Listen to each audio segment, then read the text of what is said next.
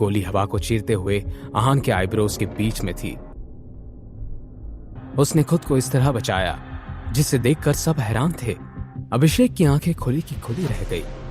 अभिषेक का दिल जोर से धड़क रहा था। तुम्हें अभी भी गोली चलानी है? यह सुनकर अभिषेक कांपने लगा। उधर आहान शांति से खड़ा मुस्कुरा रहा था। तुम्हें अभी भी गोली चलानी है? यह सुनकर अभिषेक कांपने लगा। उसने अपने घुटने के बल बैठते हुए और डरते हुए कहा, मुझे माफ कर दो, रहम करो मुझ पे। आहान का अभिषेक को माफ करने का इरादा बिल्कुल नहीं था। उसने नाम इसे हिलाया और रॉकी से कहा, इसे अच्छे से सबक सिखा दो। जी young master. Sir please please मुझे माफ कर दीजिए सर, मुझसे बहुत बड़ी गलती हो गई।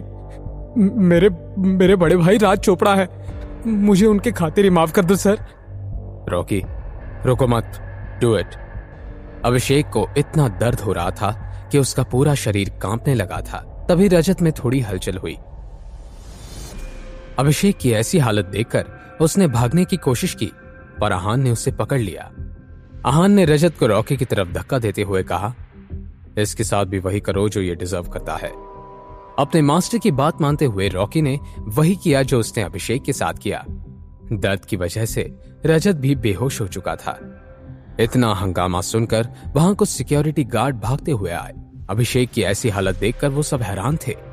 उन्होंने जैसे ही आहान और रॉकी पर हमला करना चाहा, अभिषेक ने नीचे गिरे हुए ही चिल्लाया, नहीं, जाने दो उन्हें।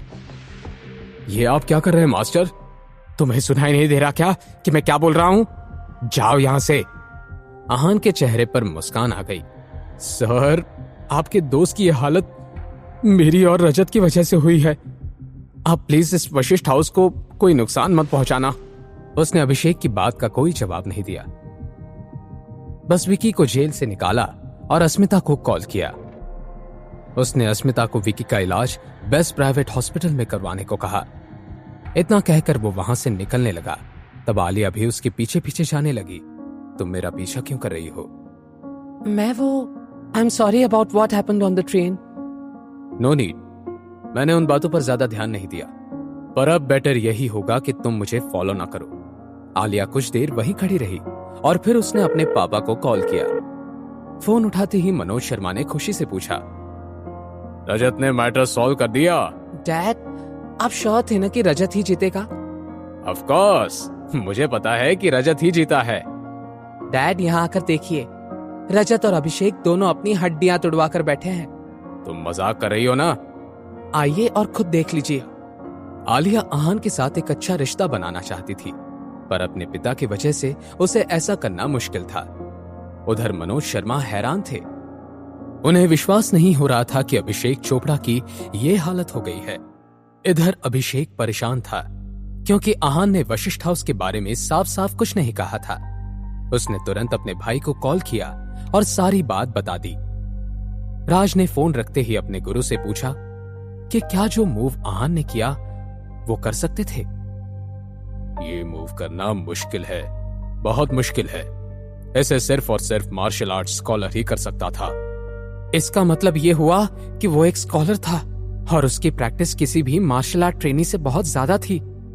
जब आहान के बारे में सारी इंफॉर्मेशन आई तब उन्हें पता चला कि आहान का पूरा नाम आहान रायजादा है और वो ही आगे जाकर रायजादा ग्रुप ऑफ इंडस्ट्रीज का मालिक बनेगा। ये सब देखकर राज ने आहान से मिलने का मन पक्का कर लिया था। वो आहान की होटल की तरफ गया जहां वो सबसे पहले अस्मिता से मिला। हेलो डायरेक्टर अस्मिता। हेलो मिस्टर चोपड़ा, आप यहाँ कैसे? मैं यंग मास्टर से मिलने आया हूँ। क्या आप मुझे उनसे मिलवा सकती हैं? Young master? अब इस बारे में इतना मत सोचिए, मुझे सब पता है। आप मुझे यंग मास्टर से मिलवाएंगी ना? वो आराम कर रहे हैं, मैं पूछकर बताती हूँ।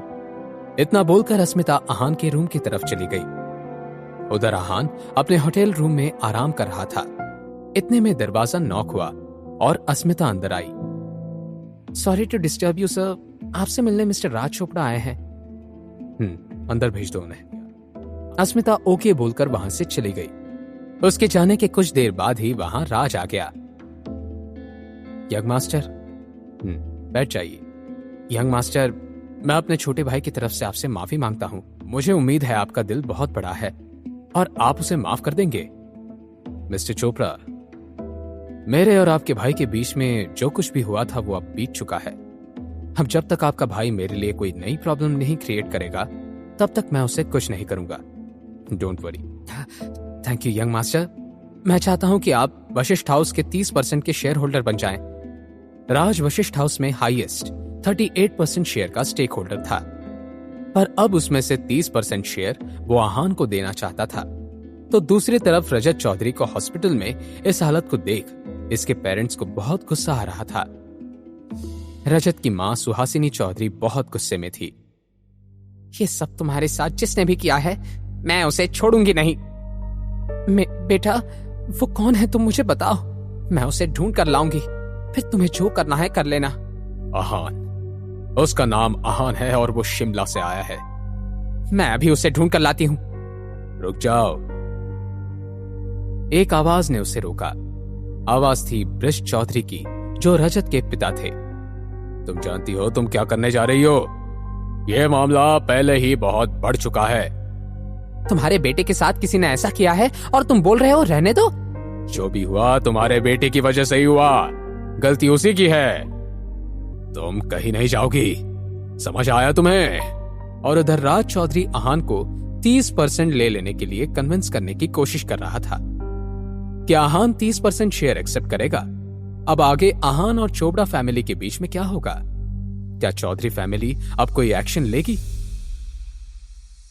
जानने के लिए देखिए अगला एपिसोड सिर्फ पॉकेट एफएम के यूट्यूब चैनल पर, और सीक्रेट अमीरजादा के सारे एपिसोड्स को सुनने के लिए डिस्क्रिप्शन में दी हुई लिंक से डाउनलोड कीजिए पॉकेट एफएम ऐप।